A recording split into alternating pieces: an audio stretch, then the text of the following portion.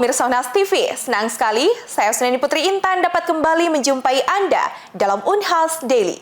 Dalam beberapa menit ke depan, kami akan menyajikan berita-berita terpercaya hanya untuk Anda.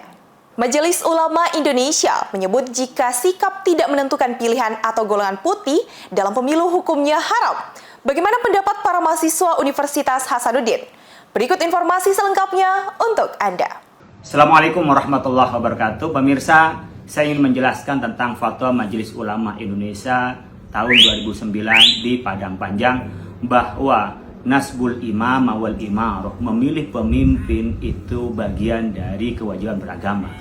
Umat Islam berkewajiban memilih pemimpin yang mempunyai kriteria sidik, jujur, amanah, itu adalah orang yang bisa dipercaya, tabligh, transparan, fatona, punya kecerdasan. Jika sudah ada calon pemimpin yang dipilih seperti kriteria itu, maka hukumnya wajib memilih. Dan memilih selain itu, hukumnya adalah haram. Karena kita wajib memilih pemimpin yang membawa kebaikan di masa yang akan datang. Kalau kita sudah menemukan yang baik sesuai kriteria, lalu memilih golput, maka hukumnya golput adalah haram. Fatwa ini berlaku sampai 2024 yang akan datang ini. Menurut perspektif saya, golput itu bukanlah suatu pilihan. Bahwasanya kita sebagai generasi pelanjut itu sebagai tanggung jawab kita untuk kelanjutan bangsa ini. Bahwasanya kita sudah melihat visi misi dan sudah kemarin menonton debat pertama. Nah, dari situ kita bisa melihat menentukan pilihan di tanggal 14 nanti. Jadi untuk menentukan suara itu sangatlah baik dan tidak perlulah untuk untuk tidak memilih, karena ini untuk masa depan bangsa kita. Terkait golput haram itu dari Majelis Ulama Indonesia, mungkin saya telat tahu info tentang ini, tapi bagi saya kembali lagi bahwa saya tim harus memilih. Itu dulu, saya tim harus memilih. Tapi kalau terkait tentang mengklaim, kita kembali lagi bahwa semua manusia punya hak kebebasan berpendapat. Oke, jadi jangan sampai kemudian instansi yang harusnya memberikan, menaungi masyarakat justru mengklaim dan menghilangkan hak masyarakat itu sendiri. Jadi balik lagi bahwa kita punya kewajiban dan kita punya hak. Nah, ketika kemudian kita ingin mengeluarkan hak itu, jangan sampai melanggar hak orang lain gitu. Jadi terkait kemudian alangkah baiknya kemudian para pihak-pihak yang penyelenggara yang berkewajiban itu memberikan saran, memberikan arahan, masukan kepada masyarakat bahwa sebaiknya memberikan suaranya, menggunakan hak pilihnya bagaimana agar Indonesia lebih maju. Tapi terkait mendiskriminasi atau bahkan mengklaim masyarakat itu sendiri bahwa apa yang dilakukan itu pelanggaran dan haram, saya rasa tidak sepakat.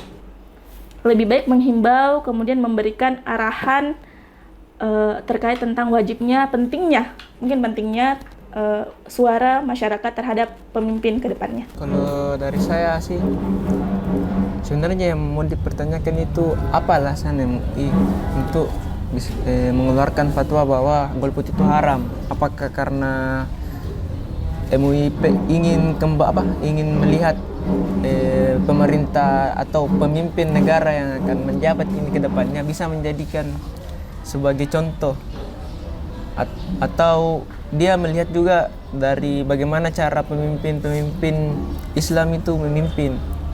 Dan banyak dari warga Indonesia itu yang menurutku punya alasan kenapa dia mau golput. Itu pertama karena mungkin pada tahun 2009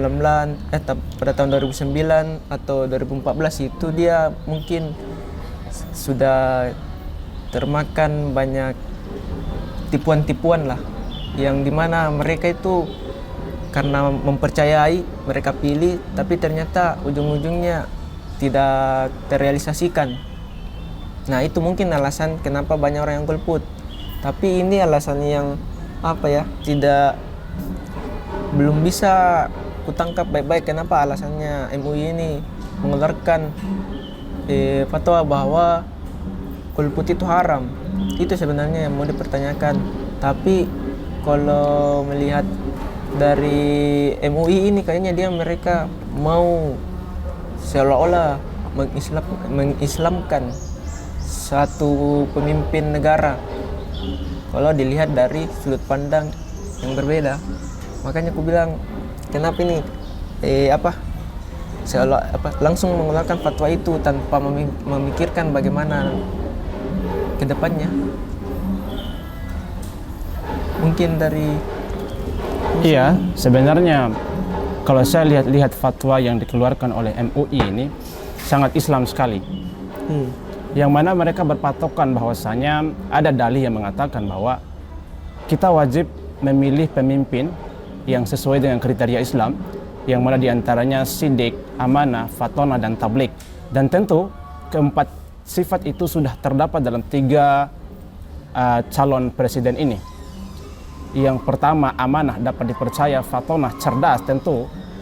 Kemudian tablik, mereka menyampaikan aspirasi untuk bagaimana mengembangkan atau memberikan perubahan pada satu negara, dan sebagainya. Dan tentu, hal yang tak kalah pentingnya dalam fatwa MUI ini, beriman dan bertakwa. Itu poin penting yang mereka pegang, kenapa golput sangat diharamkan. Iya, sebetulnya benar juga apa yang dikatakan oleh saudara tadi. Ada landasan yang kuat kenapa mereka memilih untuk golput. Ada pertama, trauma akan kebohongan, akan omong kosong pada suatu visi misi.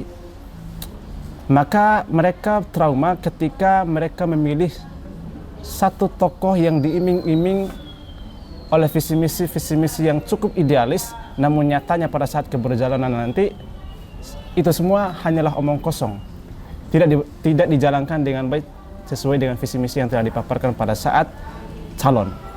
Itu menjadi landasan utama kenapa sebagian masyarakat Indonesia memilih untuk golput.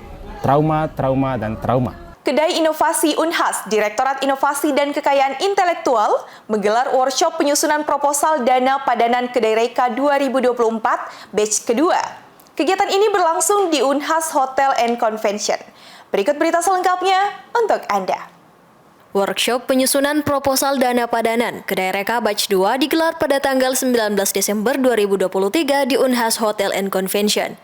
Asmi Citra Malina SPI MAGR PhD, Direktur Direktorat Inovasi dan Kekayaan Intelektual, mengatakan dalam sambutannya bahwa di tahun yang akan datang, Kedai Reka Unhas menargetkan 100 proposal yang akan diloloskan. Profesor Dr. Engineering Ade Maulana STMPil, Wakil Rektor Bidang Kemitraan, Inovasi, Kewirausahaan, dan Bisnis Universitas Hasanuddin, dalam sambutannya meminta kepada Direktur Direktorat Inovasi dan Kekayaan Intelektual untuk dapat mempromosikan lebih lagi terkait dengan Kedai Reka.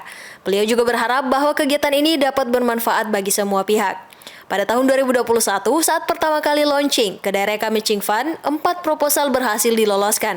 Kemudian pada tahun 2022, sebanyak 10 proposal dan 2023 sebanyak 31 proposal. Pada tahun 2024, Kedai Reka menargetkan untuk bisa menaikkan hingga 100 proposal.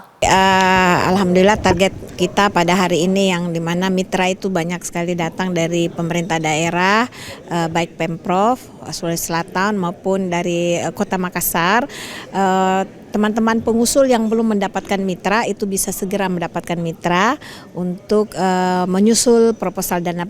mengusulkan proposal dana padanan Kedai Reka tahun 2024 untuk batch 2. Dan target kita sebenarnya semoga bisa dapat 100 proposal ya untuk tahun 2024, dan ini ada kenaikan tentunya karena tahun ini kita berhasil 31 proposal yang lolos dari Direktorat Pendidikan Tinggi dan maupun Direktorat Pendidikan Vokasi, dan itu kenaikan yang sangat signifikan karena pada tahun 2021 itu hanya 4 ya.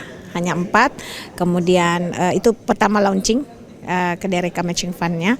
Kemudian untuk tahun 2022 kita mendapatkan 10 proposal yang lolos, dan alhamdulillah untuk tahun 2023 ini 31.